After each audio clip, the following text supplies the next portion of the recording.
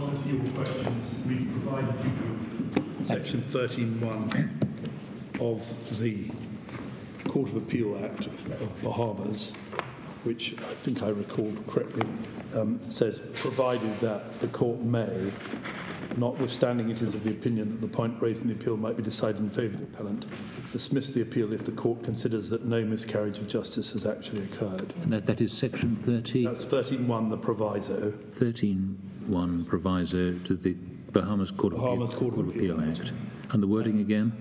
Provided that the court may, notwithstanding it is of the opinion that the point raised in the appeal might be decided in favour of the appellant, dismiss the appeal, and then this is the crucial words, if the court considers that no miscarriage of justice has actually occurred. Thank you.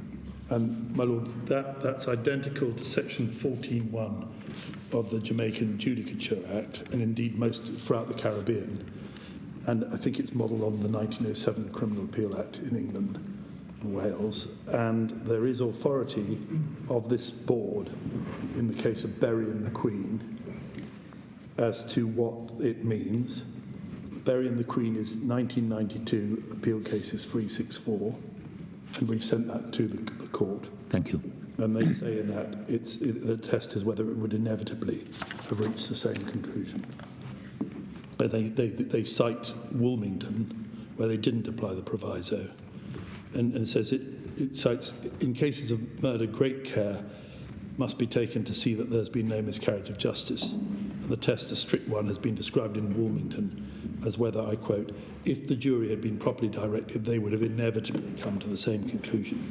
And then it cites also Sterland as involving a situation where a reasonable jury, after being properly directed, would, on the evidence, properly, without doubt, so either inevitably or without doubt.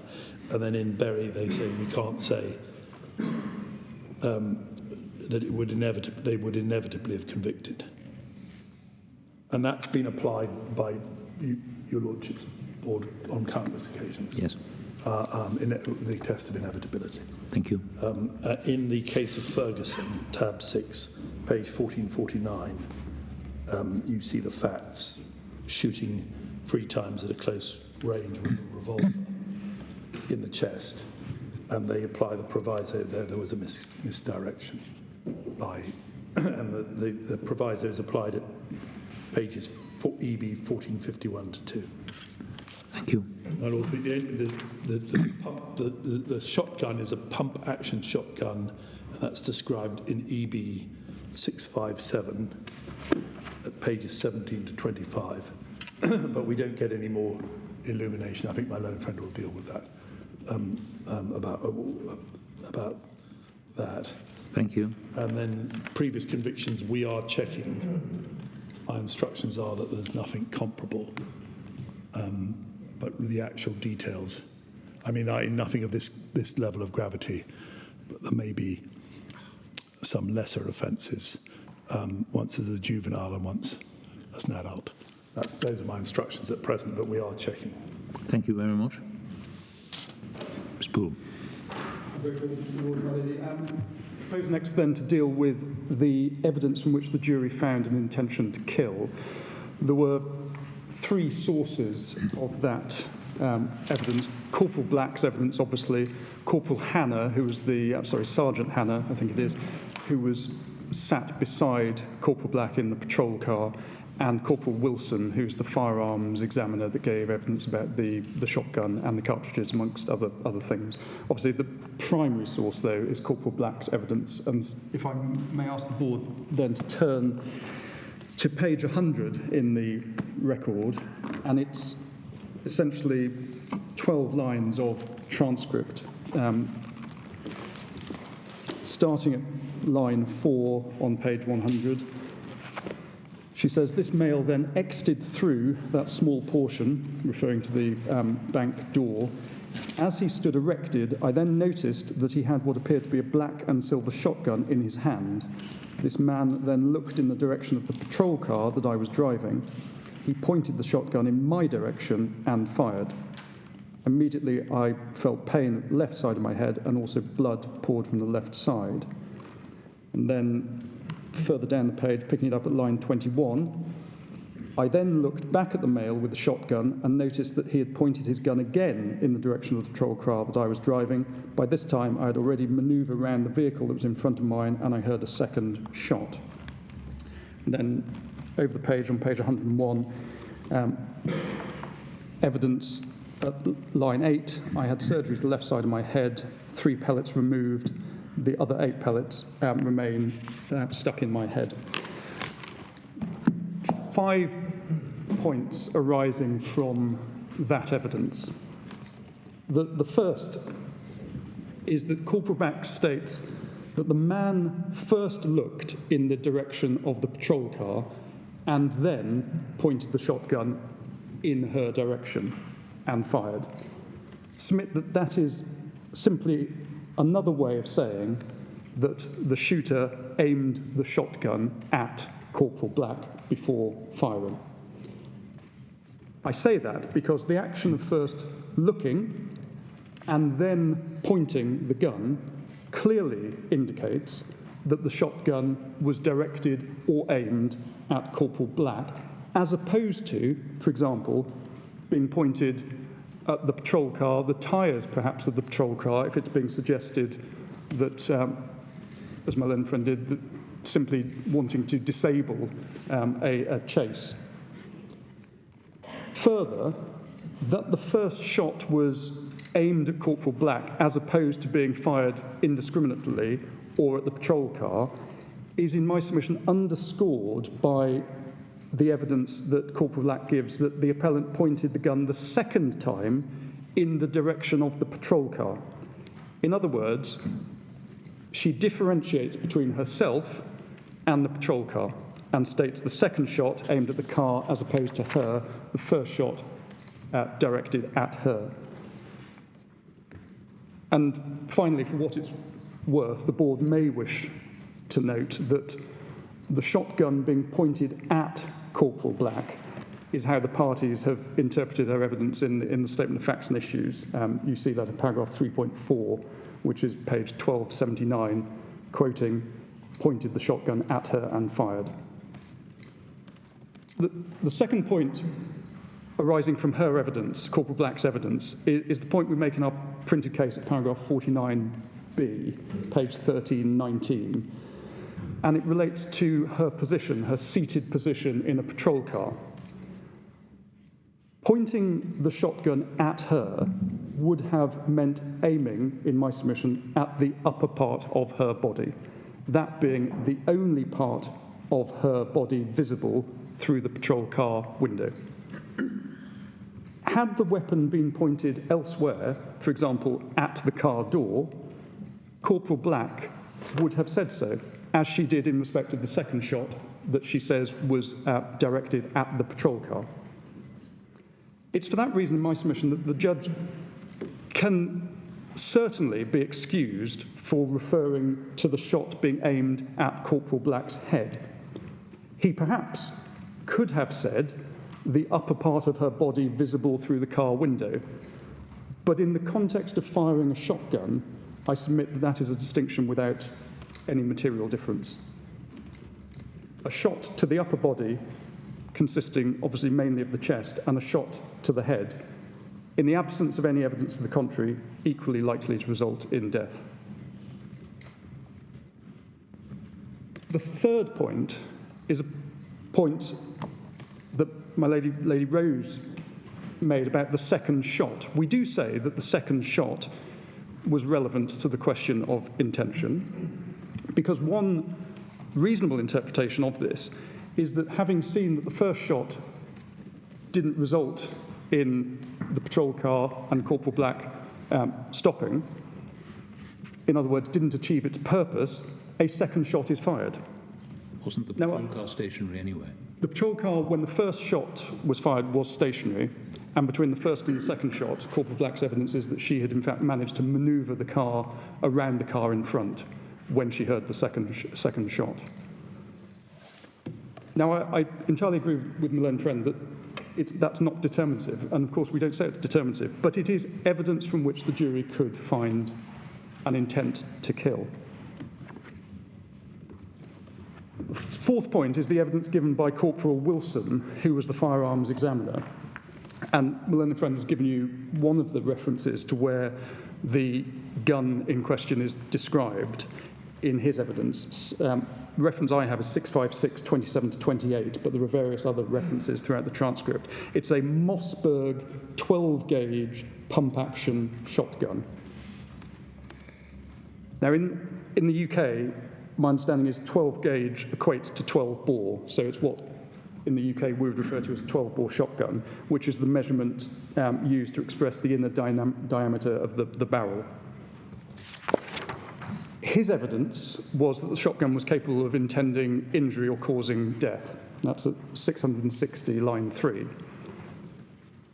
And we know that the evidence was that the shot that hit Corporal Black in the head was fired from a distance of between 50 and 60 feet, 15 to 18 metres.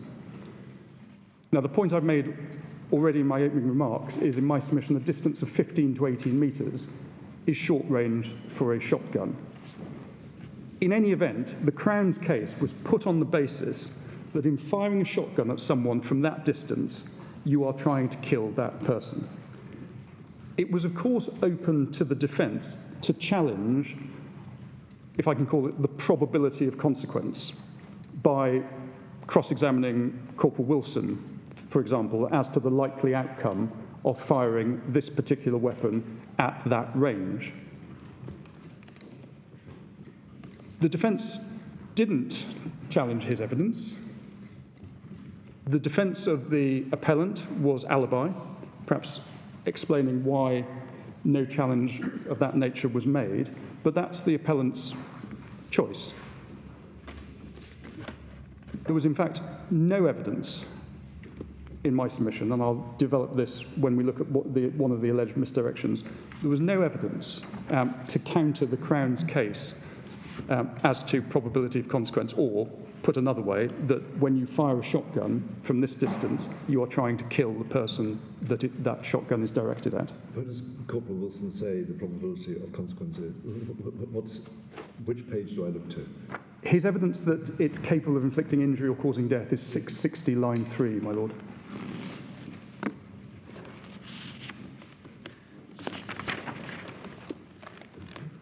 Mr. Fuller, I'm not sure if I've missed something. You told us the name of the type of the weapon, I think, sorry, the manufacturer of the weapon. Yes. 12-gauge pump-action shotgun. But are we any further forward as to whether it was sawn off or not? No, it wasn't a sawn-off shotgun. There was no evidence that the weapon had been altered from its manufacturer's specifications.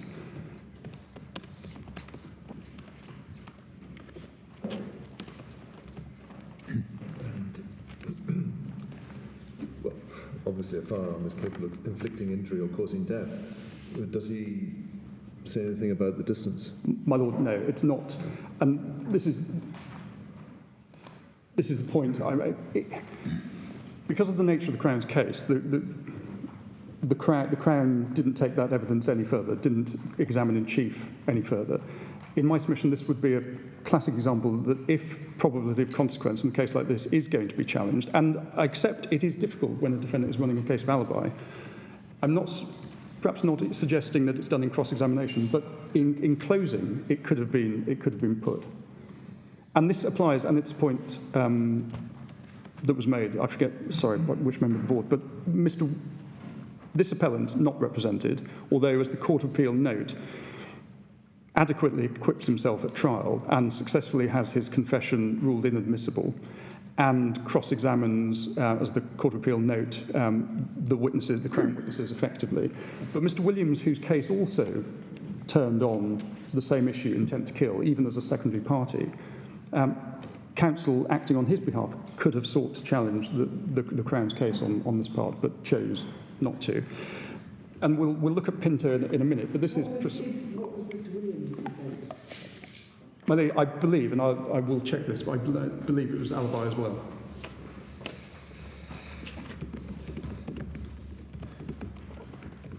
And this is the point that the Court of Appeal make in Pinto, that if a defendant elects not to give any evidence, but also not to challenge probability of consequence, then effectively, put simply, as the Court of Appeal say, they must live with the consequence that a jury could then infer intent. The fourth point on Corporal Black's evidence is regarding the firearm that we've already been... This is the fifth point, isn't it? Sorry, my Lord, I turned back a page. You're right, this is the fifth point. My Lord, this is a point that my Lord Stevens made about the consequences of the appellant's actions also being a source of evidence. Because we know from Corporal Wilson's evidence that the shotgun fired cartridges. We know that the cartridges contained at least 11 gun pellets because of the evidence Corporal Black gave about 3 being removed and 8 still being in her head. Now, what we don't know, because it was not investigated at trial, is the size of the gun pellet or the length of the cartridge. What, in my submission, we can infer is that Corporal Black's injury was not, for example, the result of a ricocheting bullet. In other words, 11 gun pellets directly hit Corporal Black in the side of the head. And in my submission, that is entirely consistent with her evidence that the shot was directed at her and hit its target. The only other evidence of the direct evidence of the shooting was Corporal Hannah's evidence, and the board has her evidence at page 386. And her evidence was consistent with that of Corporal Black, but the only part I draw the board's attention to is at 386 lines 8 to 9, she says, "We were shot at." Now, I entirely accept that that could be taken to mean the patrol car in which they were in was shot at, but taken together with Corporal Black's evidence, the jury in my submission would have understood Corporal Hannah to mean that the shooter was shooting at the police officers as opposed to their vehicle. And that, in my submission, is underscored by the appellant having been convicted of possessing a firearm with intent to endanger the life of Corporal Hannah. So in summary, the evidence before the jury from which they were invited to find intention to kill was a shotgun aimed at the chest and head of another person, fired at short range from no more than 50 to 60 feet, and the other person being hit by a significant number of gun pellets in the area that was aimed at. And it is for those reasons that I started my submission by saying this is a straightforward case of intention to kill. Moving then to the law, and as I say, I can probably take this part of my submissions fairly quickly because the board's been taken to Pinto, which starts at page 1587. I just wish to draw attention to some passages of the judgment that my learned friend didn't emphasise, and it's paragraph 29 that my Lord Stevens has taken my learned friend to, which is page 1595.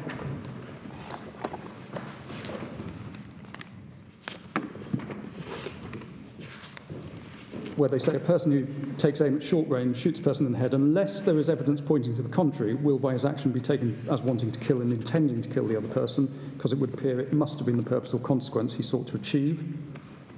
Court of Appeal then make the point in paragraph 30 that a clear exposition of section 12.1 may well be all that is required in a case of that nature. Over the page, my learned friend took the board through paragraphs 31 to 33, and also the board was taken to Hancock, and then later Why do you have to actually go to 12.1 or 12.2? Sorry, my lord. Why not just say you have to be, that's be established beyond all reasonable doubt that the appellant intended to kill Corporal Black? My lord, And why go into 12.1 or 12.2 at all? that in my submission would have been a perfectly adequate direction. Or put another way, you have to be sure that he was trying to kill Corporal Black when he fired the shot. as I say, you've been taken through consequence and foresight of consequence by reference to the two English authorities, Hancock and Woolen.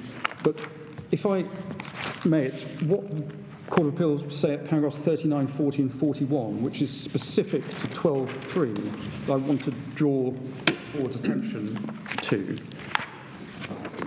which are particularly relevant to the facts of this case. Sorry, the Court of Appeal. 1598, page 15, sorry, the Court of Appeal in Pinto, my lord, yes, sorry. And it's page 1598, Yes. paragraph 39, where they say, in my judgment, the meaning and effect of the presumption in 12.3 is that the burden rests with the prosecution to prove intent throughout the trial. Where foresight of consequence is the basis of the case of intention, proof to the jury's satisfaction that they are sure that it would have appeared to the defendant that his act would probably cause or contribute to cause an event, or that there would be a great risk of the act causing or contributing to an event, may entitle them to convict, but they're not bound to do so, because intentional belief must be determined on all the evidence. For completeness, presumption amounts to laying a threshold of primary facts. And then they explain in paragraph 40 that section 12.3 is designed to assist a jury in drawing those inferences. They make the point 5 lines down that the burden of proving intention never shifts from the Crown, thus references to a burden being on the defendant to show on the balance of probability should not be made.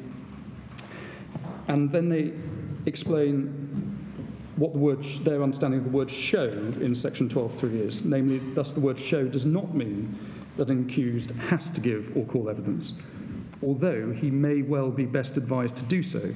It means that the defence can seek to persuade the jury that a consideration of all the evidence should leave them with a doubt that the defendant believed in or intended the consequence of death. And then, picking it up at paragraph 41, 4 lines from the end, where all the evidence justifies the jury in concluding that an accused would have appreciated the risk, there can be no complaint if the defendant elects to give no evidence to the jury on the issue, and as a result he is found to have intended the consequence. I cannot overemphasise the importance of this consideration being addressed by all counsel and the defendant. Then they say at 42, it has to be said in a number of cases, neither the issue nor the detail of the evidence capable of rebutting the presumption has been addressed by either side. The prosecution must, as part of its case, be prepared to address the issue and the evidence, particularly in cross-examination where the defendant gives evidence. Now, Pinto, the facts of Pinto are of some interest, because Pinto was a case where the defendant was said to have slapped another man, causing the other man to fall off a vehicle. And so a long way from the facts of this case, and perhaps explains the criticisms made by the Court of Appeal of the trial judge in Pinto, who didn't sum up, because there was evidence given by and one sees this at page 1593, where it says the Court of Appeal say the judge did not review the evidence which had been given by the appellant, which was relevant to his belief or intent at the time. It was alleged he had acted to cause the deceased to fall from the truck. His evidence, which had not been contradicted, was that people regularly fall off trucks, one might add ladders, walls and steps, without being killed. But if you go to paragraph 42, the second sentence, the prosecution must, as part of this case, be prepared to address the issue and the evidence. Well, I would have thought that in opening the case, they not only have to be prepared to, but they have to actually set out their stall. And it's not a question of reacting to a situation. It's a question of actually saying, this is what we're going to prove, these are the factors we take into account, this is how we're going to prove it.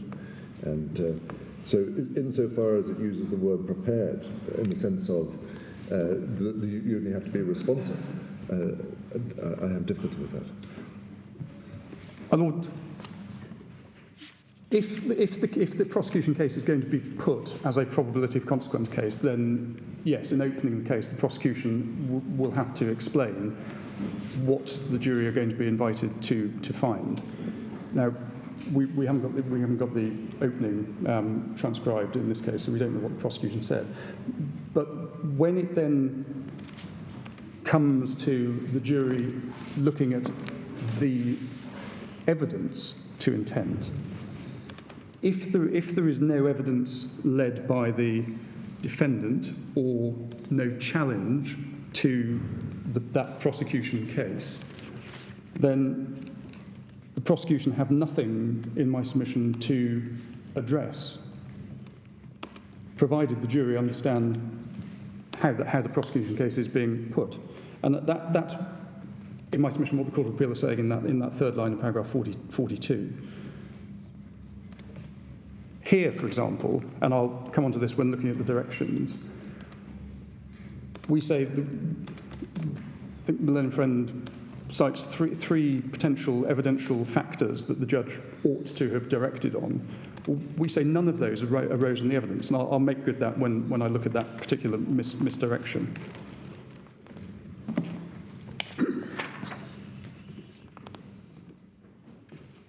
And finally, just on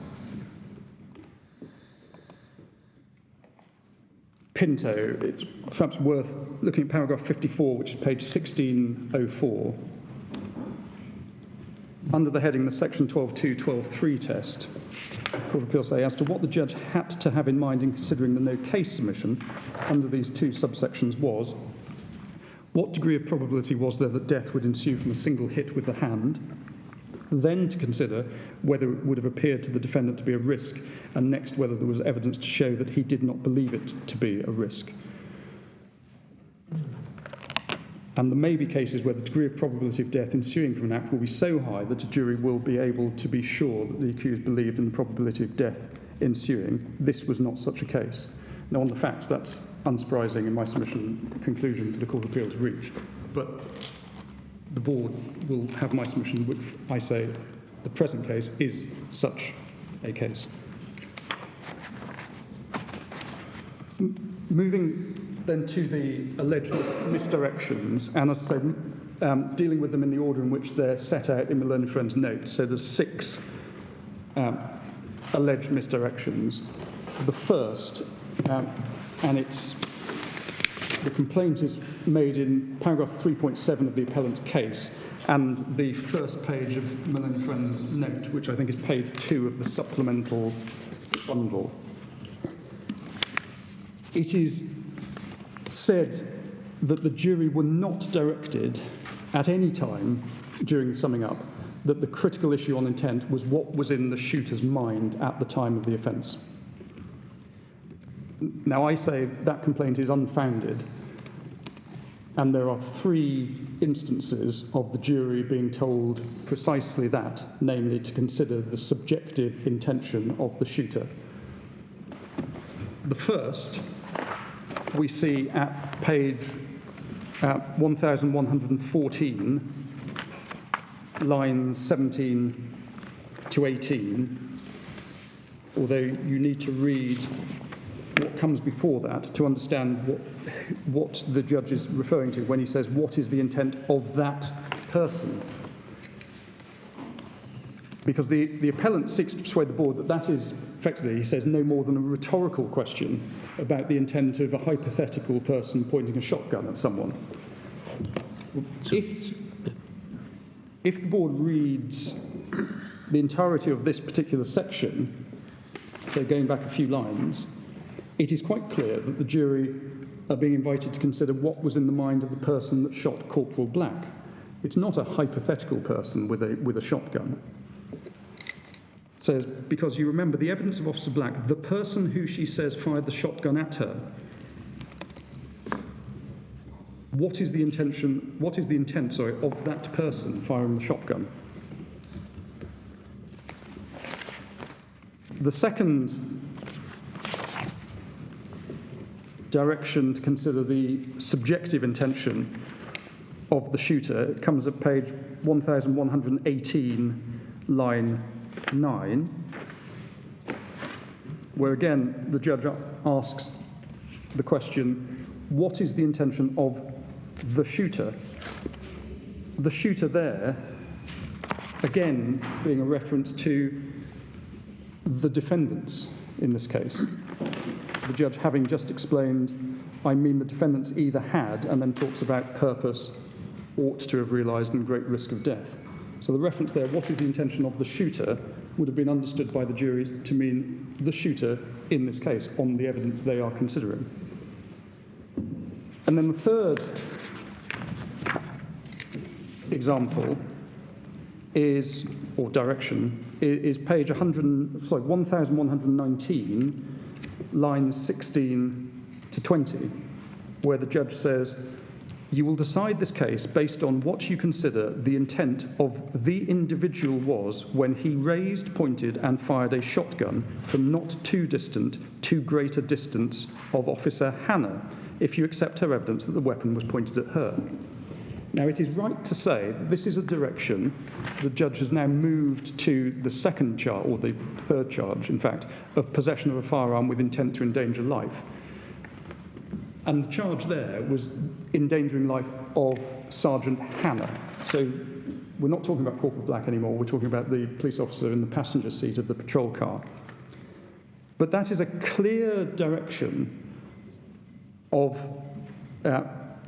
to the jury to consider the intent of the individual that fires the shot. And it would have underscored the previous directions that had been given in respect of intent for the purposes of attempted murder. You're talking, after all, about the same person. It's no part of the Crown's case that there were two shooters, it being the same person with the shotgun. So, is there perhaps a fourth? I was wondering about line 21 to 25 on page 1117.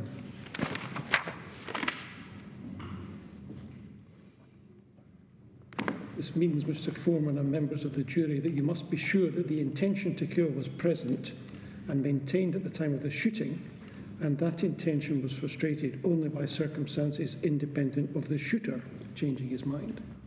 My Lord, the reference throughout to the shooter in my submission is a clear reference to the person that fired the shotgun in this case, as opposed to a hypothetical shooter. And so I would agree with my Lord Turnbull that is a fourth example of the jury being invited to consider the subjective intention of that person.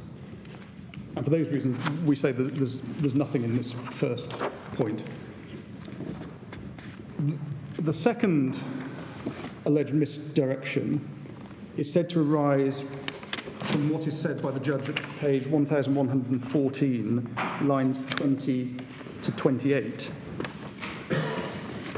where the judge says, "But the definition of intent is that you take a firearm, you point it at an individual, and you shoot them. And in this, if you aim it at their head and you shoot them in the head, knowing that the brain is in the head, that the brain is, you might think, a vital organ, that without it you cannot survive." And there's 2 points that the appellant makes about this passage of the summing up. The first, they say there's a misdirection of fact, because the judge is referring to the shot being aimed at the person's head. And the second, that the judge is saying that section 12.3 defines intent. As to the first point, the board has my submissions. It is not a misdirection of fact to refer to aiming at their head on the evidence given by Corporal Black. As to the second point, the appellant is, of course, right to say that section 12.3 does not define intent. It is, though, a provision designed to assist the jury in drawing inferences necessary to reach a finding of intent. And in my submission, there's nothing wrong with the judge saying that the subsection defines intent, provided he then goes on to properly direct on the effect of section 12.3, as in my submission he does.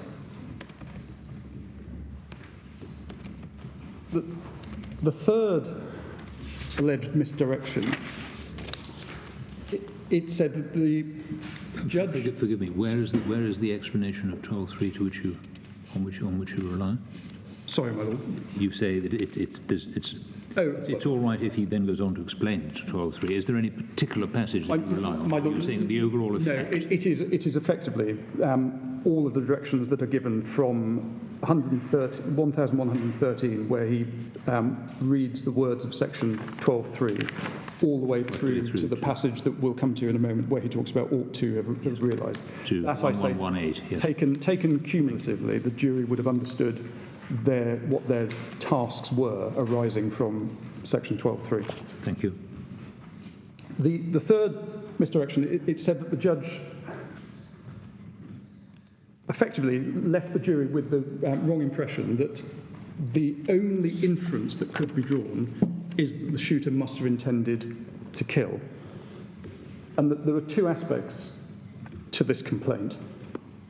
First, the appellant says that the directions given by the judge ignored evidence said to have, by the appellant to have put in doubt an intention to kill. And second, that the direction would have suggested to the jury that the burden was on the appellant, that he didn't have the necessary intent. And in my submission, both aspects of this complaint are without merit. As to the first, this is the evidential factors that the appellant points to that is said the judge should have directed on. We've addressed those in our printed case at paragraph 49, which is page 1319. The three features are distance, aim, and discharging in order to evade capture, as opposed to with an intent to kill. Now, before I take those in turn, I do accept as a general proposition that a judge is obviously under a duty to put before the jury all possible conclusions which may be open to them on the evidence that has been presented at trial. And there's the case of Alexander von Stark and the Queen, which the board has at 1611, makes that precisely that point. But in my submission, the possible conclusion has to be based on admissible evidence that has been presented at trial. So turning to the first point about distance, and the board effectively have my submissions on this already. It said that the judge ought to have directed the jury that firing a shotgun from a distance of 50 to 60 feet, as opposed to a closer distance, reduced the likelihood of causing death. Now, in my submission, there is no evidential basis for a judge giving that direction, and it would have been pure speculation had the judge directed the jury in those terms. Was there any evidence from Mr. Wilson as to the range of the... My lady, no. No. And the Crown's case was put on the simple basis that if you fire a shotgun at that range, it will result in death. You intend to kill. But on what basis? I mean, common sense? Common sense, my lady. And it is such a case that... Common sense of how far a shotgun propels a pellet? My lady, precisely that. And as I submitted earlier, it would have, of course, been open to the defence to challenge this probability of consequence, but they chose not to.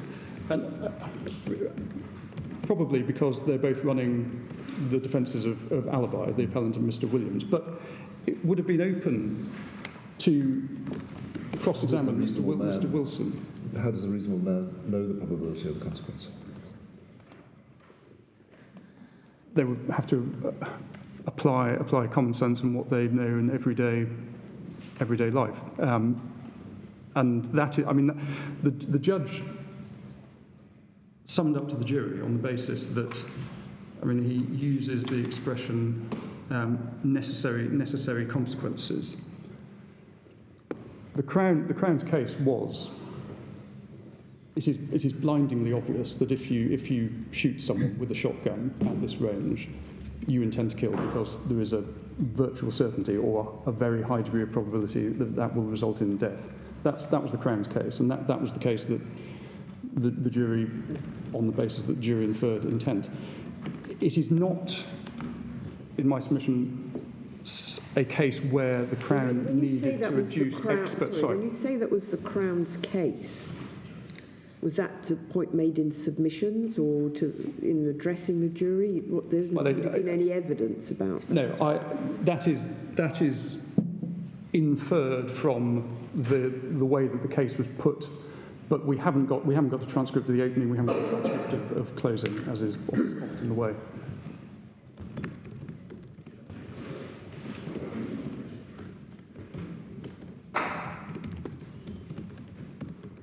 But I return to the point that's made by the Court of Appeal in Pinto, that where the defence doesn't challenge the probability of consequence. And that doesn't involve the defendant giving evidence.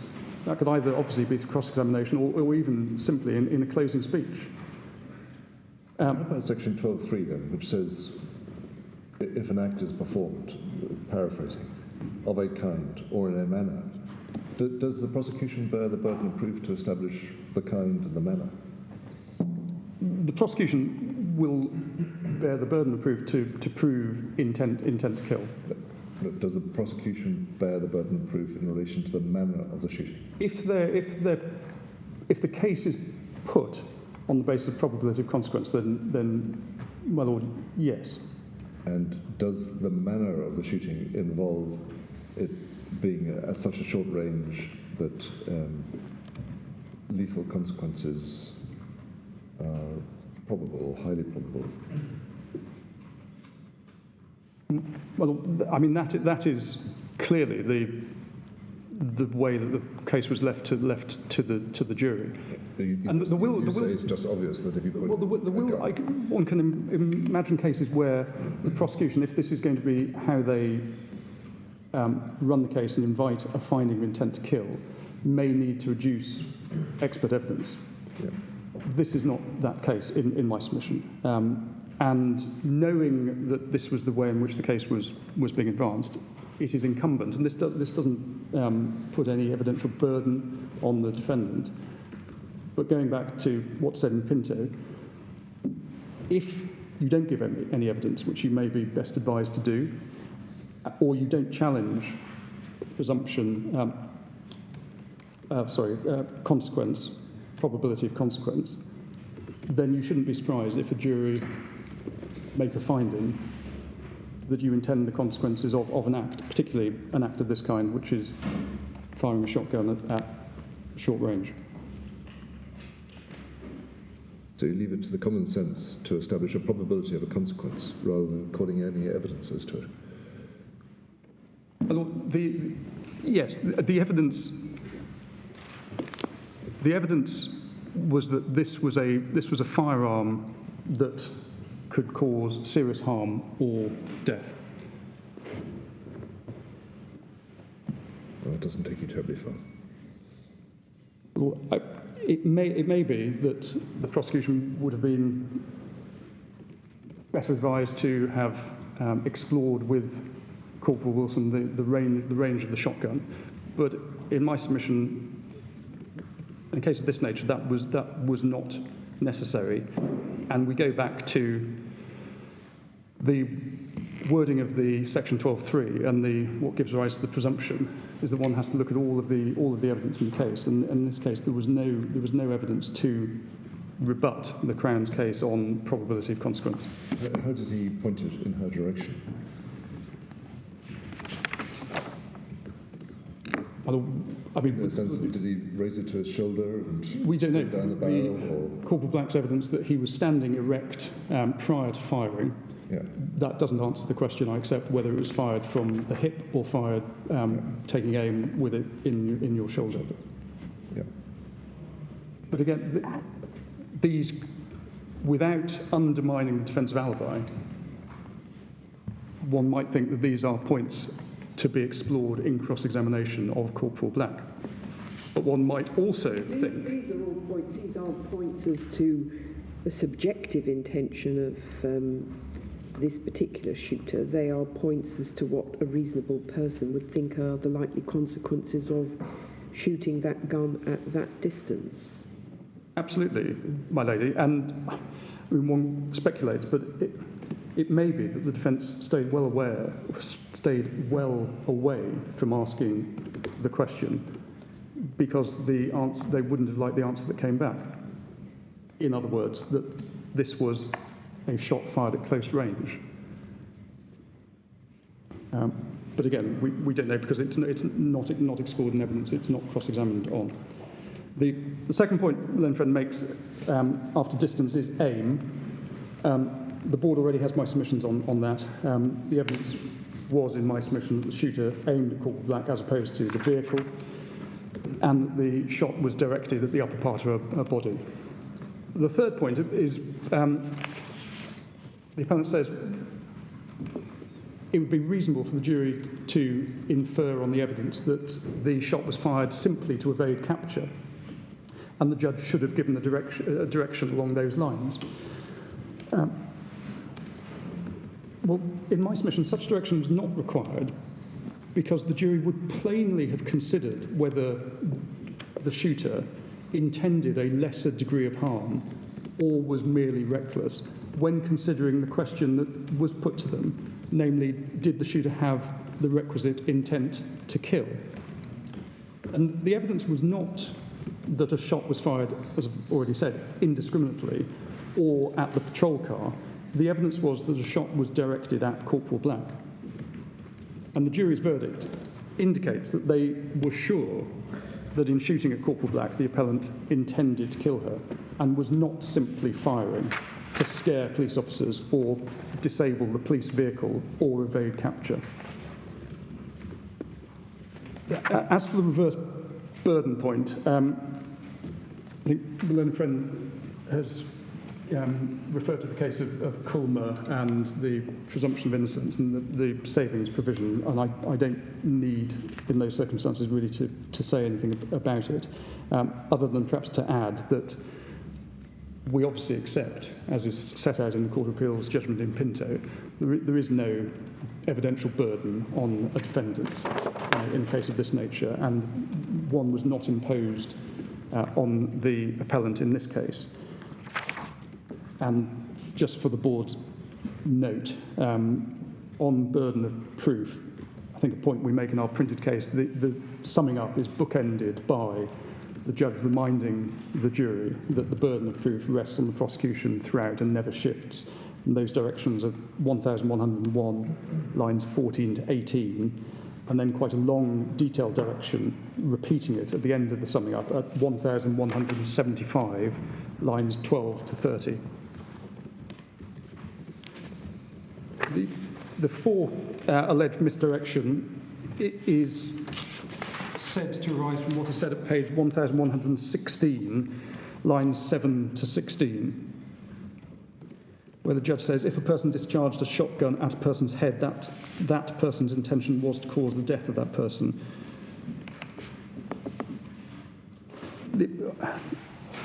The appellant effectively says that the judge here, in this passage, equates intention with foresight, or at least gives that impression to the jury. Now, taken in isolation, this part of the summing up might well have left the jury thinking that an objective standard would satisfy an intent to kill. So in other words, they simply asked themselves what a reasonable man would have believed would be the probable consequence of firing a shotgun at Corporal Black and stop there. But the direction can't be read in isolation. It has to be read in context and together with the four specific directions to the jury to ask themselves to consider what was in the mind of the shooter. And the cumulative effect of this part of the summing up and those directions would, in my submission, have left the jury in no doubt that an objective standard would not satisfy an intent to kill. Mr. Poole, I'm sorry, I've slightly fallen behind. Which misdirection were you looking at there? This is what the appellant's calling their fourth alleged misdirection, which is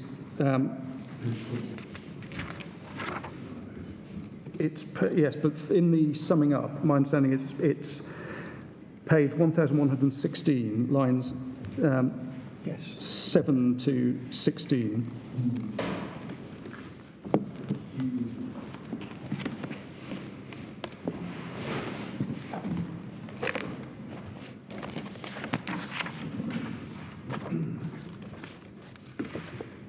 So where he says that if a person discharges a shotgun at a person's head, that person's intention was to cause the death of that person. I think that the complaint is, well, that equates intention with foresight, or at least would have given the jury that impression, and that's wrong. And I submit, perhaps read in isolation, that may be right, but it can't be and shouldn't be read in isolation. And given the other directions about considering the subjective intention of the shooter, the jury would clearly not have thought that they can simply ask themselves what the reasonable man would have believed. Although, because there's no evidence to counter the probability of consequence, although the jury have to ask themselves what is the subjective intention of the shooter, there is actually no evidence to assist them with what the subjective intention of the shooter is. So they are effectively left with considering. I thought that the complaint about that was that the judge had directed that the shot was aimed at the head and the head contained the brain, and then he directed if it's discharged at a person's head, that person's intention was to cause the death of that person.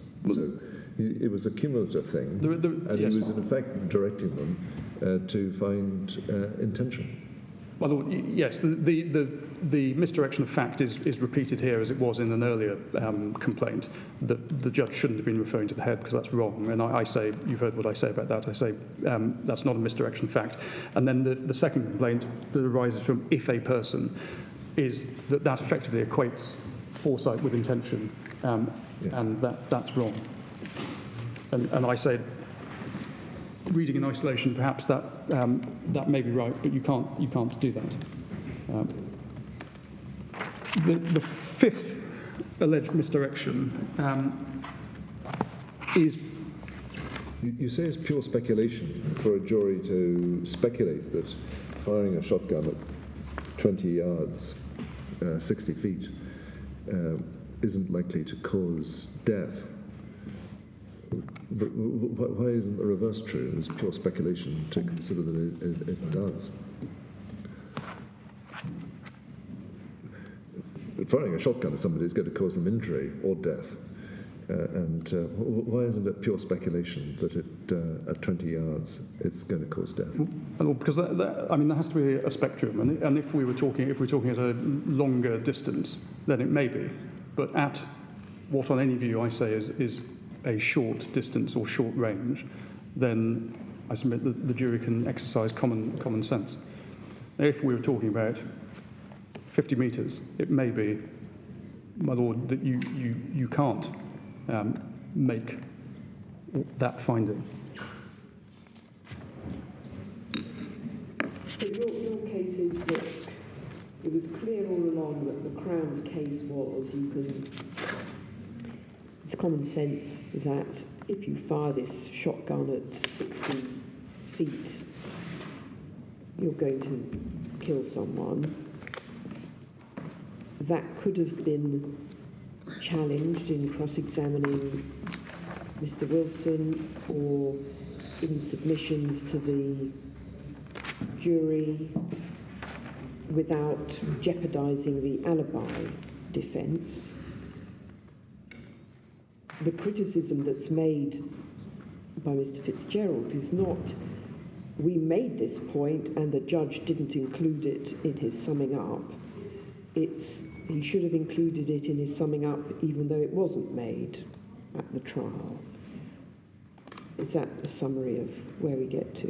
And you say, well, if they wanted the judge to deal with this point, then they needed to raise it in some way. Well, in order for the judge to have directed on it, it would, and we go back to that point that's made in the Von Stark case, it needs to arise from admissible evidence that is presented to the jury, and there's no evidence that the judge would have then been obliged to have summed up to the jury on these points of distance aim or potential alternative to intent to kill, evading capture. There needs to be evidence. Wouldn't it have been open in, I may be wrong, but wouldn't it have been open to counsel for Mr. Williams or for Mr. Miller to say at the end,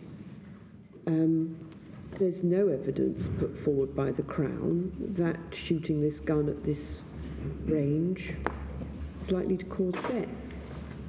But it doesn't seem that anybody did say that. The question is, should the judge nonetheless have raised that as an issue with the jury? Well, yes, and I would accept that it doesn't have to, and this is what the Court of Appeal say in Pinto, it doesn't have to be evidence. So it doesn't. The defendant does not have to give evidence on the issue. They don't have to directly challenge Crown witnesses. It can be simply a challenge that is made, as your ladyship says, in closing submission. You haven't proved intent because you haven't proved that that is a inevitable consequence or highly likely consequence. And it would have been obviously the easiest thing in the world for the defence to have simply said that, which is, look, members of the jury, it's firing a shotgun at 50, 60 feet. That may harm someone. It's not necessarily going to kill them.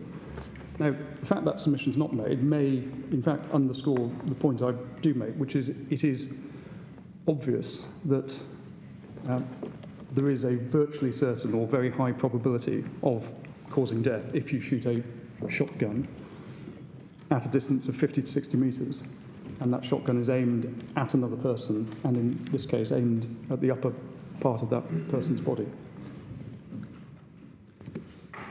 The fifth misdirection is one that I've touched on already, which is the one at the top of page 1118. Although it starts back on the page 1117, line 26, and then over the page to line 7, where the judge says, I mean the defendants either had as their purpose to cause death or believed it would probably cause death or ought to have realised it would probably cause death or create a great risk of death because of the kind of harm or the manner in which it was inflicted. Now, what's said there is that the reference to ought to have realised, and in fact the reference also to creating a great risk of death, would have left the jury with the impression that recklessness alone would be enough to constitute an intent to kill. And the appellant goes as far to suggest that the judge essentially there repeats the misdirection that was identified in the early case of Dean. And in my submission, that's wrong for two reasons. And the first is just to really distinguish this case from Dean and the direction that's given in Dean. And the board has Dean at 1386.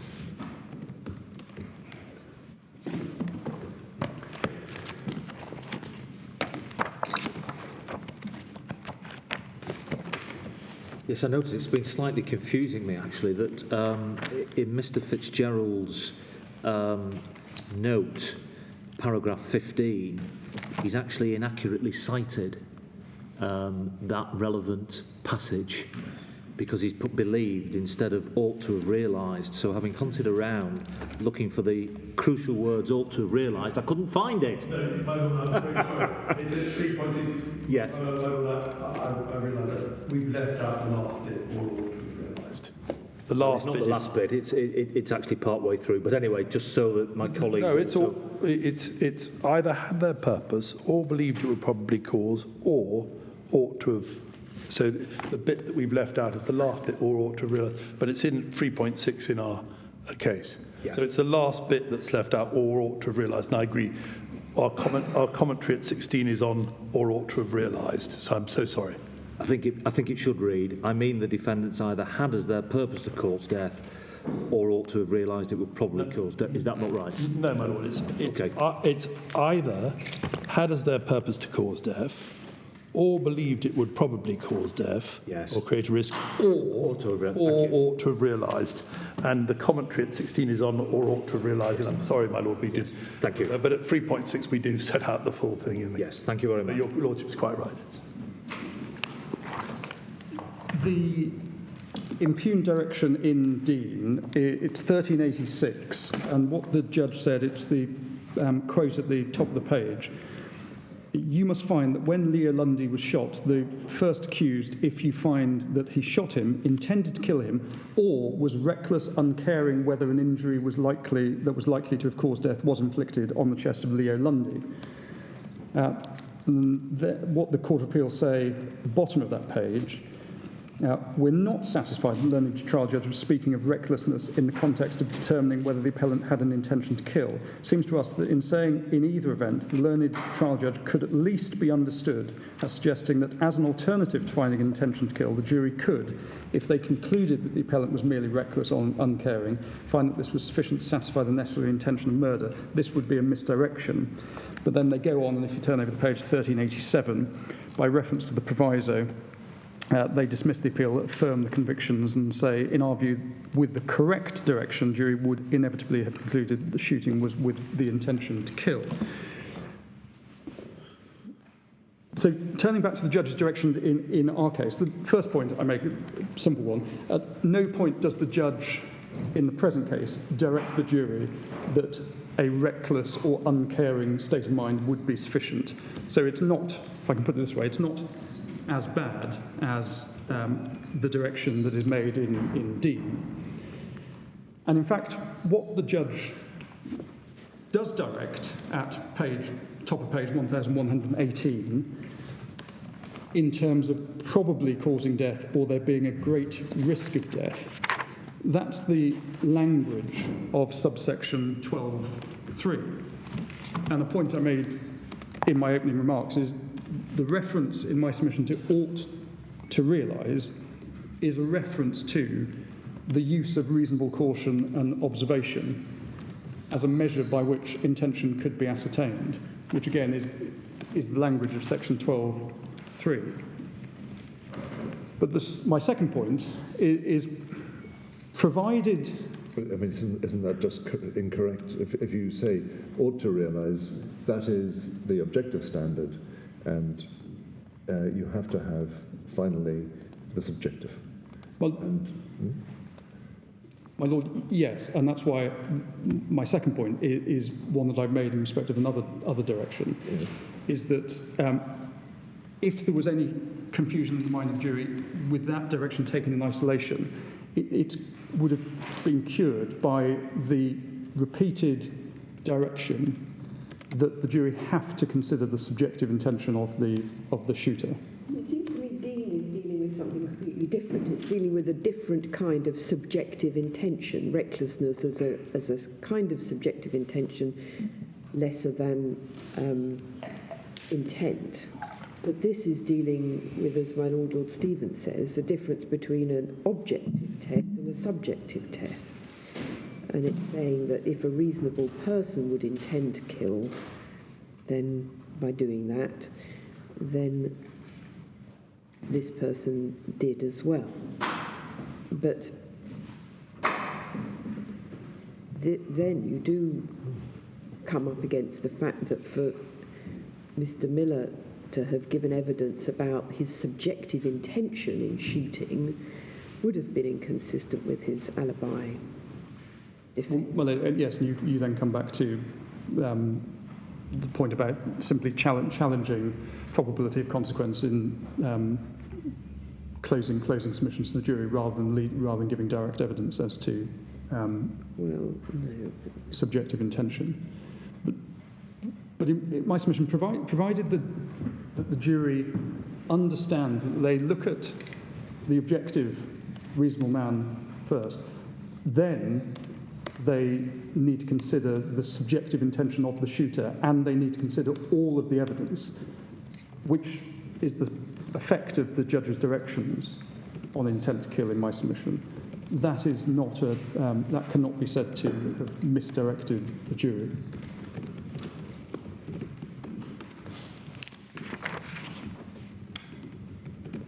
And the final and sixth alleged misdirection, again, I think I've already really addressed this. It's the point about the failure of the judge to summarise evidence pointing against an intention to kill, and the board has my response to that when dealing with the second alleged misrepresentation. The only point to add that arises from something that's said in Miller and Friends' supplemental note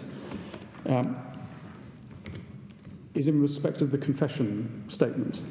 There's some suggestion in Miller and Friends' note that the confession statement, the judge knowing about the confession statement and knowing that in the confession statement the appellant disavowed any intention to kill, that in some way should have influenced the judge in giving directions to the jury. Well, in my submission, that's just wrong. The confession statement on the application of the appellant was ruled inadmissible. There was no admissible evidence before the jury as to the subjective intention of the shooter, or that the appellant did not intend to kill. And the appellant chose to disavow his confession statement and was successful in ruling it inadmissible, and the voir dire is in the transcript. And then he chose to run the defence of alibi. Finally, on conviction, there's the proviso. And the board essentially know what I say about this. As in the case of... forgive me, before you move on.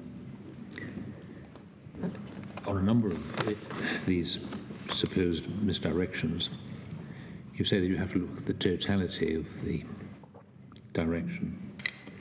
Isn't there a difficulty that we have to have regard to the impression it would have had on the jury? We've been poring over this all day, the benefit of transcripts and so on. That direction in relation to ought comes right at the end of the relevant section. My Lord, it comes towards the end of the section dealing with intention in respect of attempted murder. Yes. You do, though, then have the direction in respect of intent, in respect of possession of a firearm with intent to endanger life, which I drew attention to, because that, at page 1119, lines 15 to 20, would have, in my submission, underscored what the judge said about subjective intention earlier, because they are talking, after all, about the same person, the same shooter, and he says there, you will decide this case based on what you considered the intent of the individual was when he raised, pointed, and fired a shotgun. So, if the jury were going to take something away from the summing up, they would have had ringing in their ears those words in my submission. And after all, I then return, and perhaps this is leading into the proviso, that this is a case where, had the board's against me and there has been a material misdirection, had the jury been properly directed on intent to kill, which could have consisted of Lord Stevens put to me, a simple direction: you have to be sure that the appellant was trying to kill Corporal Black when he fired the shotgun. This is an appropriate case to apply the proviso. It would inevitably have resulted in a conviction of attempted murder in my submission. Yeah, I've had a slight confusion about that passage that you've referred to on page 119, lines 15 to 20. That's talking about aiming at Officer Hannah. Yes, my lord. That's because this is dealing with the charge. Sorry. But the only evidence that you've taken us to is the directing of the shotgun at the other officer, Black. My lord, I referred to you, and you'll be forgiven for missing it because it's only a short point.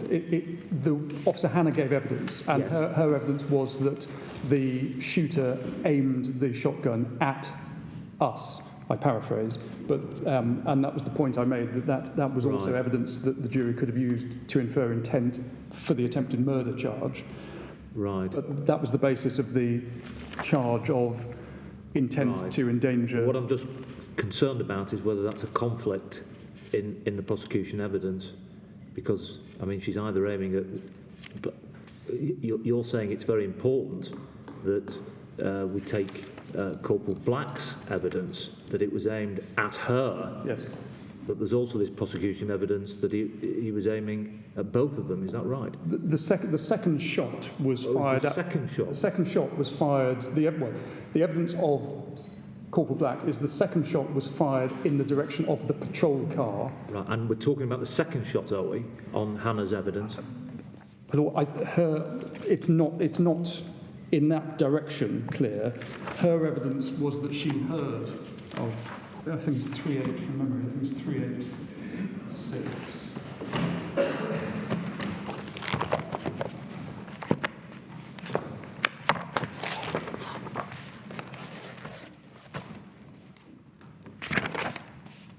No, sorry, 3-9. No.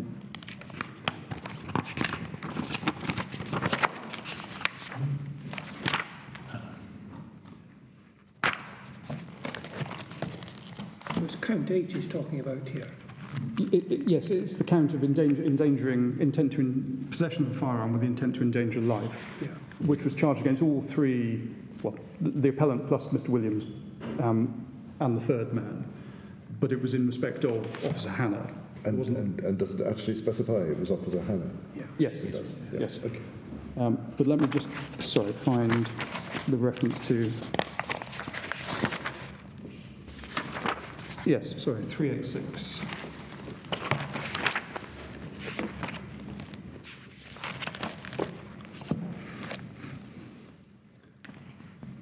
So at 387 she says, and while seated in that vehicle alongside Corporal Black, what if anything happened? She says, we were shot at by an unknown person dressed in dark clothing.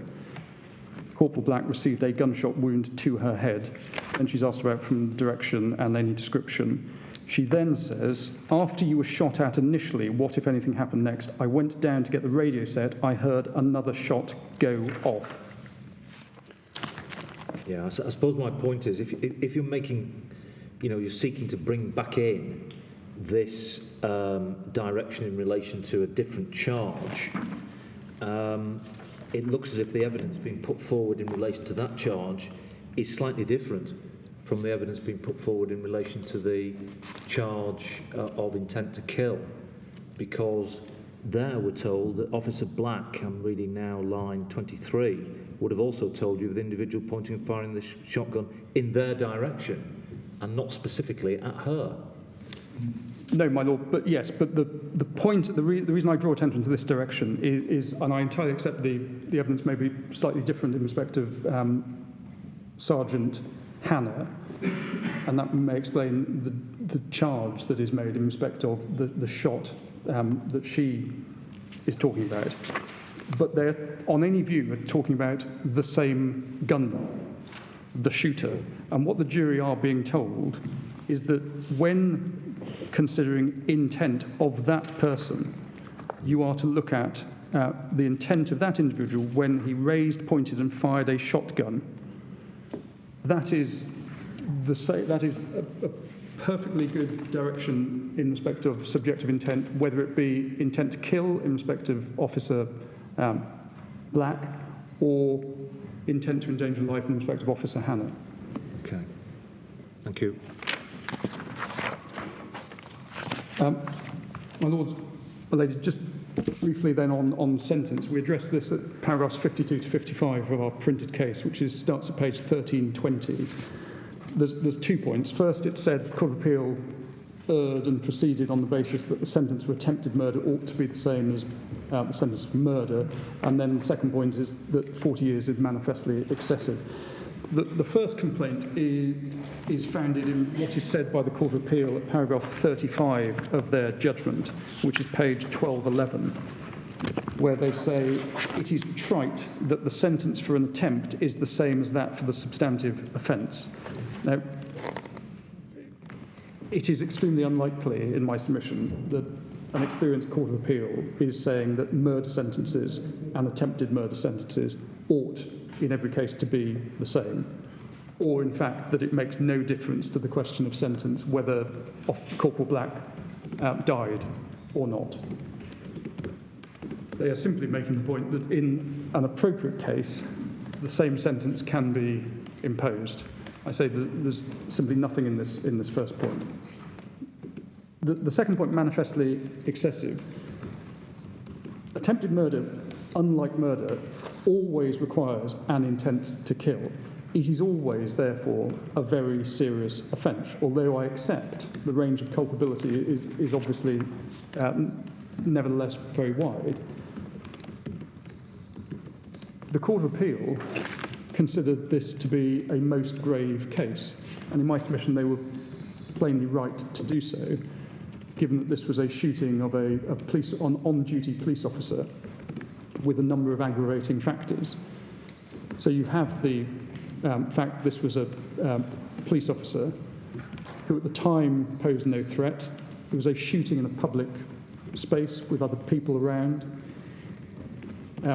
Previous convictions, we'll see if we can get clarity on those, but the evidence that the board has got at the moment is the reference in the Court of Appeal judgment to paragraph 35 to the appellant's criminality escalating, and the judge's sentencing remarks that start at page 1199, where he says the police record appears quite extensive starting from 1995, which I think would mean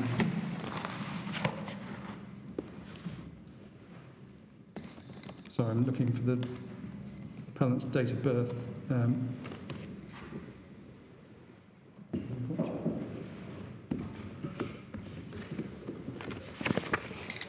I think there would then be some offences committed whilst a juvenile and others whilst an adult, but I'll see if I can get a reference to the date of birth. And the fact that the appellant showed no remorse. In all those circumstances, in my submission, the Court of Appeal was entirely right, or certainly entitled, to sentence 40 years. How did they arrive at 40 years? Sorry, my How did they arrive at a figure of 40 years? My Lord. If they said 50 years, you'd be saying the same thing, or 30 years, you'd be saying the same thing. My Lord, probably is the answer. I would, but 40 years. It's certainly when one looks at the comparable cases, it is not. It is the based on my learned friend's table, which is page 1332. It's the longest sentence for an attempted murder. But then when you look at all of the other comparable cases, they don't have the same aggravating factors, and in fact, many don't have any aggravating factors. Do they have sentencing ranges in the Bahamas? Sentencing guidelines? I'll turn my back. I don't think they do, my Lord, is the answer. Not for attempt, no. Yeah. Right, okay, there we are. Very good. Well, and certainly in my submission, 40 years is not so out with range that this board should sort of feel it necessary to interfere with that sentence. If the board is going to be and considers it appropriate to quash the conviction for attempted murder, I agree with my learned friend. This is a case that would have to go back to the Court of Appeal for a resentencing exercise to take into account totality and whether there should be consecutive as opposed to concurrent sentences. And a retrial on the attempted murder? Although I haven't got instructions on that. It's quite potentially. My Lord, my Lady, unless I can move any further. Mr. Mackay Yes. was acquitted. Acquitted. He was the. Can one understand the logic behind the jury's decision on that? Well, he was the getaway driver, so he wasn't at the scene of the robbery. He was. Well, he's been found not to have been, but the prosecution case was he was waiting in a second vehicle. So when the appellant, Mr. Williams, fled the scene, he was waiting in the white Wyndham. They swapped vehicles. I think the evidence is the appellant then drove that vehicle with Mr. Williams as the passenger and Mr. Mackey in the rear seat. But that, I think, explains why there is certainly a factual difference. Did Mr. Mackey give evidence saying that he knew nothing about it? He was just sitting in the back seat. I must admit, my focus has not been on Mr. Mackey's evidence, but he did give evidence. I can't sum up what the effect of that would have been. And I see the jury took 4 hours to come to all these verdicts. Yes. Thank you, Mr. Poole. Very grateful to you. Mr. Fitzgerald. Yes.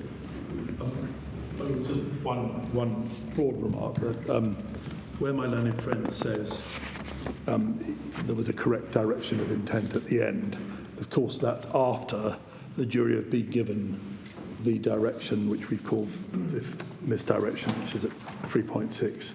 That's to say, or ought to have realised.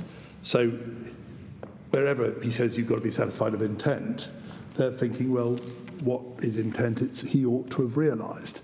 And my Lord, both my Lady Rose and my Lord Stevens have pointed that it's not really subjective recklessness, it's more the objective test. Can I just give you the references on that, because it's so fundamental, really, that it's in Smith and Hogan, in the supplementary bundle at page 12, that the whole change has been from the objective test to the subjective test. And you see it there, what was wrong with Smith at page 12 is in the notorious case of DPP Smith, the test was not what the defendant contemplated, but what ordinary... Sorry, Smith and Hogan... Smith and Hogan, supplementary bundle. 14.1. Page... The pagination hasn't come out, that's the problem. Oh, I'm sorry, 568 at the top. Smith and Hogan, does my Lord have it? Yes, got it. Just to show 100, in 1960, in the notorious case of DPP v Smith, the House of Lords laid down a largely objective test of liability, not what the defendant contemplated, but what the ordinary reasonable man or woman would in all the case have contemplated as a natural consequence. In Hyam, the House declined to overrule. Franklin and Moore, Privy Council, did. And then in Hancock, and then you've got all the other cases from Niedrich onwards, where they... So, in other words, for the last 60 years, since the effective overruling of Smith, it's been absolutely fundamental that you can't attribute intent to someone on the basis of what they ought to have realised. And yet that's, in the end, the judge says, either had as his purpose, or believed, or, and as my Lord observed, I left out the key bit, but or ought to have realised, that's it. So when he says you've got to prove intent, they're thinking, well, intent means or ought to have realised. So it's absolutely useless saying you've got to, what he intended, because he said that his intent means what he ought to have realised. So if you misdefine intent, saying the prosecution have got to prove intent doesn't help at all, because you're thinking, well, intent could mean what he ought to have realised, and he didn't. And so we do say that final, this is him, as it were, sending off the jury. These are the ingredients of murder. And you've got it in the bundle at 1291, I think it is. But you've got him sending off the jury, as it were, on this point. What is intent? Intent is either purpose, that's 12.1, or believed it would probably cause death. And if you say highly probable, and it's personal belief, that might just about do, or virtually certain, or he ought to have realised it would probably cause death or create a great risk. That's actually not even what 12.3 says, because it says that if you've got that may be an assistance in trying to determine what the intent is, and that's how it's been interpreted repeatedly. But he's saying this is what intent is, and that's not what intent is, and it's utterly fundamental. So, my lords, we say that misdirection. As to the other bits, what my learned friend does is he turns a rhetorical question into, he left it to the jury. So he says that where the definition of it, let's look at page in the key misdirections. The definition of intent is you take a firearm, you point it at an individual, you shoot them. If you aim it at their head and you shoot them in the head, knowing that the only purpose is to kill them. So there's a misdirection of fact, because and this is really important, the misdirection of fact. What is the evidence is shot in my direction. Shot in my direction. That becomes, in my learned friend, shot at me. That's not what it said. It was shot in my direction, not shot at me. Then it becomes shot at my upper body, and then it becomes, well, it doesn't matter because the head's somewhere in the upper body, so it's shot in the head. It's a massive series of moves from he shot in my direction to shot them in the head. And it's confusing in conclusion, result with intent. And then again, if we look at it in this third misdirection, the only inference that can be drawn, which is that the person firing a deadly instrument at another individual's head must have intended the necessary consequences of that act. So to say, well, he left the question of intent to the jury when he said the only inference that can be drawn, and he's clearly referring to this case and his gloss on this case. There is no passage where he says, it's a matter for you, there are points both ways, but you've got to decide this. It's all must have intended the necessary consequences of the act. And then you look at the one we've set out at paragraph 12, you will find, not you might find, but you will find. The brain is located in the head, this is at paragraph 12, is necessary to sustain life at EB 1115 lines 19 onwards. You will find. If a person discharged a shotgun at a person's head, that person's intention was to cause the death of that person. And how can that be? Oh, well, he left the issue of intent to the jury. On all those occasions, he's effectively saying there's only one answer. And in the passage where the only inference that can be drawn must have intended the necessary consequences in the absence of evidence, again, it's putting the burden on the defence. Now, my lords, my lady, I think that those, so that is fundamental, that misdirection on or ought to have known. And the direction that my learned friend relies on then is, well, he says, well, the prosecution must have explained to the jury that they were inviting an inference, and this is the reason why they invited the inference. We simply don't know that. What we do know from the judgment in Pinto is that what the judge says there is that in many cases the prosecution just simply, as it were, throw it at the jury and say, we rely on 12(3). And you can see that in Pinto at, I think it's 33. Yes, 33.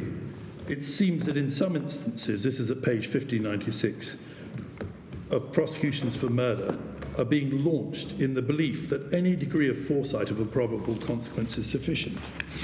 So all this speculation by my learned friend, well, the prosecution were inviting them to draw it as an inevitable inference. What is much more likely is that the prosecution simply said, he fired at her and we rely on 12(3). Some instances of prosecution for murder are being launched in the belief that any degree of foresight of a probable consequence is sufficient. And so we respectfully submit that then what the judge does, with great respect to him, is to say, really, there is only one inference you can draw. Now, my lords and my lady, we know, yes, so that's paragraph 33 at page 1596. So we know that there are three factors. The distance, we say there's no conclusive evidence. The one thing we do know is she wasn't killed. So that's a good fact to start from. This supposedly virtually certain consequence did not occur. We do know that the distance is 60 feet or 20 yards on the prosecution's own estimate, and that is not at close range. It's not like, I think, in the case of Dean, where the proviso was applied. No, it was Ferguson's. Yeah, in Ferguson, it was applied because it was he fired 3 shots at point blank, at very close range, with a revolver in the course of an altercation. So obviously they were close to each other. Second is the A. So that's the distance. It's not self-evident that the consequence of firing a shotgun at 20 yards is virtually certain to be death. Indeed, in other respects, there's a direction that it's likely to cause injury or death, or likely to at least endanger.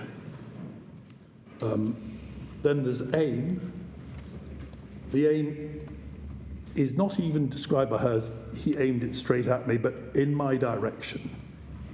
It's not clear where she describes it as being aimed at. All we know is the consequence. The consequence is, sadly, a serious injury, but not death. The point about evading capture or some other intention short of injury or death is that if you're aiming at someone's direction and then you fire again at a later stage, that doesn't point to it inevitably being an intention to kill. It may be simply to get the police away from him. And so, my lords, my lady, we do say that to the extent that my learned friend is relying on distance, that's not a reliable indicator. To the extent that he says, well, it must have been aimed at the upper part of the body, we simply don't know. We have only got those words to go aimed towards me, and what happened, which was a non-fatal injury to the side of the face. Therefore, we say you can't say that that was the virtually certain consequence. That means that the judge should not have directed them that the only inference could be, and it also means, in our respectful submission, that you can't apply the proviso. My lords, on the proviso, I think I took you through this, but it's a very high test. Would inevitably have convicted, would inevitably have reached that conclusion. Stressed in the case of, I hope the board has the case of Berry now, but it's would inevitably, and that's stemming from Wilmington and repeated in Stirland and in numerous cases that every time the board looks at this in a case before it, that test is applied. That's to say, would it inevitably have resulted in the same verdict? I respectfully submit that is speculation. As a number of your lordships and my lady have pointed out, the answer to some of these questions is we simply don't know, because the prosecution didn't adduce evidence to establish these points. And if, as is being said by Justice of Appeal Newman, it seems that in some instances prosecutions for murder are being launched in the belief that any degree of foresight of a probable consequence is sufficient. They just simply say, well, there's a gun, the person was shot at, and in this case injured, that's enough. And we respectfully submit that the judge did not give a proper direction on intent.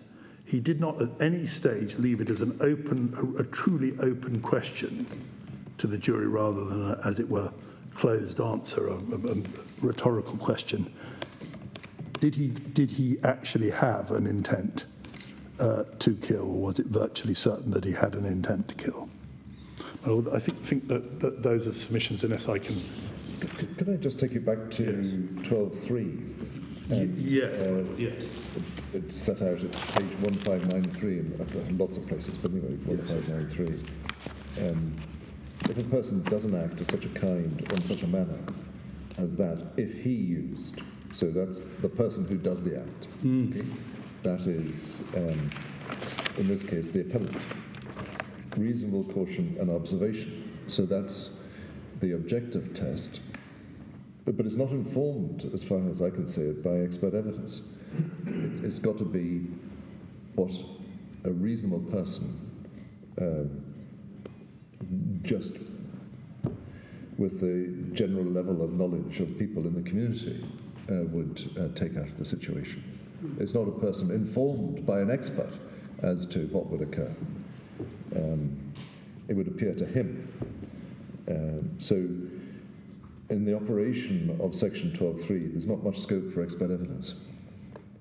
No, I take that, my lord. If we're going to put the gloss on it, it would appear to him that it would probably cause, and it would most probably cause, then, my lord, I would submit that it would be necessary, in order, before one could come to the conclusion that it'd be virtually certain. If you take the two-stage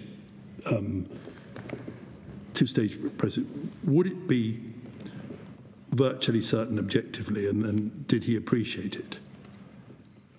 Which in our respectful submission would be the only way that one could rescue 12.3 from being flatly inconsistent with the requirement of intention. If you have the reasonable person doing the act under 12.3, and he says, oh, search me, I don't know, I need to turn to an expert. 12.3 doesn't apply then? Yes, you mean in other words 12.3. You mean if it's not clear? Yes, I see that. Well, I see it. What you're saying is Suppose you yes, had yes, somebody who tried to poison someone and they put 5 drops of some noxious substance, and an expert would tell you actually that's going to kill the person, but a reasonable person wouldn't necessarily know whether it would just make them very ill or whether it would kill them. It's difficult to see how, as Wellerwood says, how 12.3 operates unless you impute to the reasonable person some kind of knowledge of toxicity of. yes. Well, if he used reasonable caution and observation, it would appear to him that the reasonable caution and observation is the reasonable caution and observation of the reasonable person. So that does, I mean, it's in other words, had this person behaved like a reasonable person, it would have appeared, I mean, had he applied the standards of a reasonable caution and observation. But, my Lord, in the end, we submit that 12.3, because it ends up with his belief until he's believed. So it must be that throughout the question is, did he or did he not believe that the act would most probably cause or contribute to the cause of death? That must be the ultimate test. But to the extent that 12.3 imports an objective test, we do submit that it is inconsistent with the requirement in section, I think is it 392? Section 392 of intention. In other words, you can't gloss the substantive definition of the offence, which is an intention of trying to do it, and reinterpret the offence in the light of section 12.3, which is simply an evidential provision. And so in the end, unless one is giving a direction along the Niedrich woolen lines, one's not giving a fair direction in accordance with the section itself. And if there's a tension between the requirements to make out a case of attempted murder in accordance with the principles well established by in English law, and this general provision about inferences, which is said in all the cases to be just an evidential provision, then it would be our respectful submission that the subjective test must prevail. And it may be that the only way to make sense of it is, first of all, to read in virtually certain instead of probably, and second, to stress that it's got to be his belief that it was virtually certain. So, my Lord, I am submitting, although we're not running a constitutionality point, we are running that there is a tension between the requirements of the substantive offence. And if you look at the Kulmer case, that's what Lord Hoffman ends up saying about provocation. There's two bits of the penal code, one introduced and one the old one, and you've got to make some sense of them. They're not entirely consistent. And here we have the help of, here is a crime which is described as the quintessential crime of specific intent in the textbooks, attempted murder. It's defined by the intention. And then you have the interpretation of it in Hayward, you have the interpretation of it in the case of Wybrow. And then Archbold says, consistently with Woolen, it's got to be either virtually certain and it's got to be subjective. And so does the Court of Appeal case that we've shown you, the Walker and Hale case. That's what we should be steering by. But what's happened here, and it's happened in the summing up, is the whole debate is about 12.3. It should be about the offence.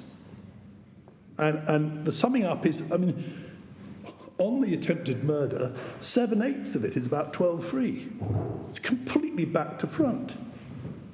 And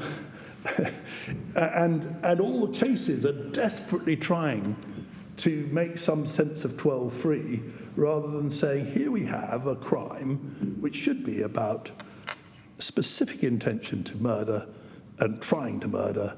That's, as my Lord Stevens has observed,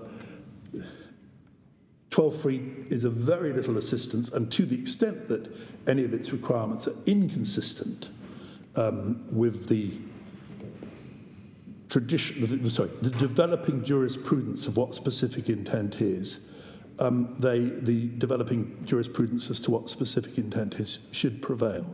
Well, that's mine.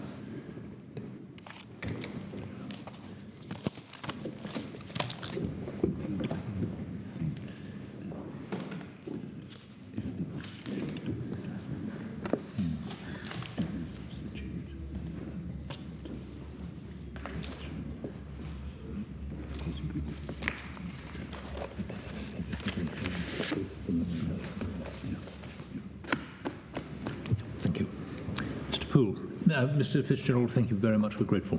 On the sentence, do you want me to say anything about sentence? Do you want to address us? Well, my lords, I just say it is the longest sentence on attempted murder.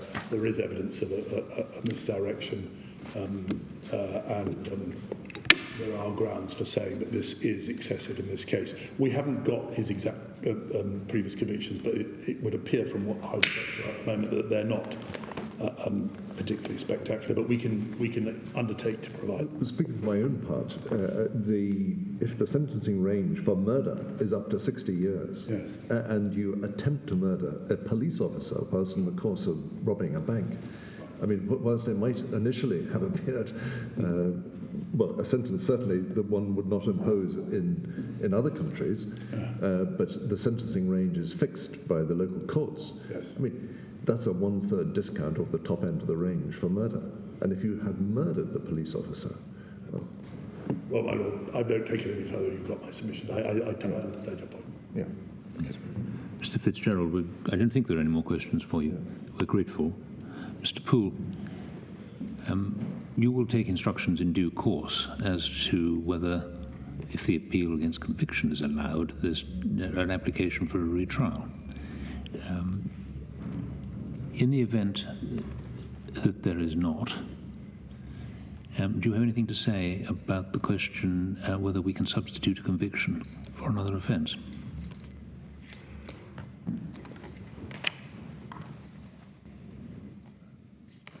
My lord, let me just take instruction.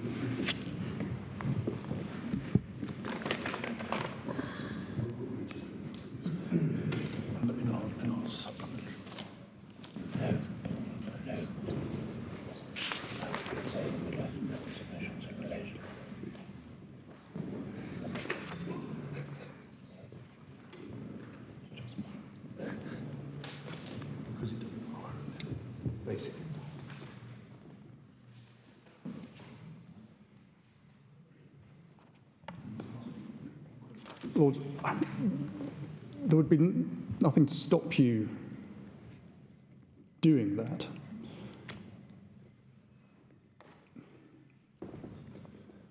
You can see, though, that it would be a new sentencing exercise for all for the totality of the offending. I mean, shooting at a police officer causing a grievous bodily harm with intent as you're trying to escape from a bank robbery. People might think that. My lord, absolutely. I mean, the wood on the, depending on, there would be alternative offences obviously open to the prosecution if attempted murder is not made out. Can the court impose such? I'm looking at section 13 of the Court of Appeal Act, and it provides that if the appeal against conviction is allowed, the court shall quash the conviction, direct a judgment and verdict of acquittal, or, if the interests of justice so require, order a new trial. Doesn't say anything about an alternative verdict.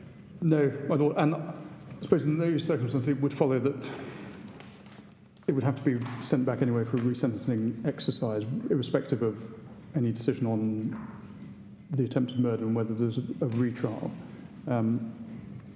So it probably makes sense for that issue to be left to the Court of Appeal as well as any resentencing exercise. In Pinto, did they substitute manslaughter for... No. Yes, I think they did, my lord. It wasn't murder reduced to manslaughter by provocation, it was just manslaughter.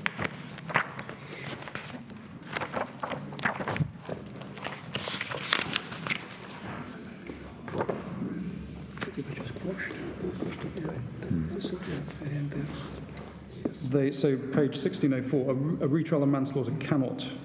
So they say, it's clear that the jury concluded the appellant had caused the deceased to fall off the truck. That said, it is impossible to know what they concluded he had done.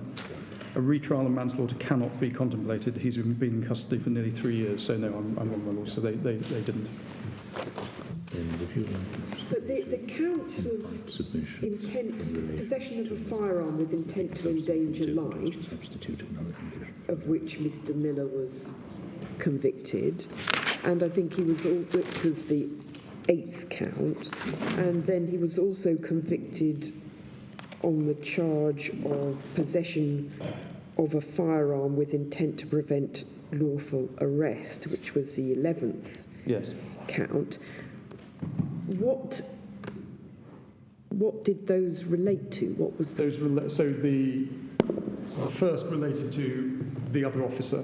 Right. So Officer Hannah, the passenger, and the evading arrest that related to the incident after there'd been a car crash. So after they'd escaped, it was firing on 2 other officers that attempted to arrest him. I see. So there was no charge in respect of no alternative charge in respect of Corporal Black, if I can put it that way. Yes, thank you. Thank you, Mr. Poole. Mr. Fitzgerald, Mr. Poole, we would be assisted, I think, if we could be provided with submissions in writing, please, as to whether in the event that the appeal against conviction is allowed, it's open to this court to substitute a conviction for another offence, and if so, what offence or offences. And if we might have that within 14 days, I think we'd be greatly assisted. We are, in any event, very grateful to you for the submissions that you've made today and for your very helpful written submissions, and we're grateful to those sitting alongside you and behind you for the preparation of the case. The board will take time to consider what advice it will, in due course, tender to His Majesty. Thank you very much.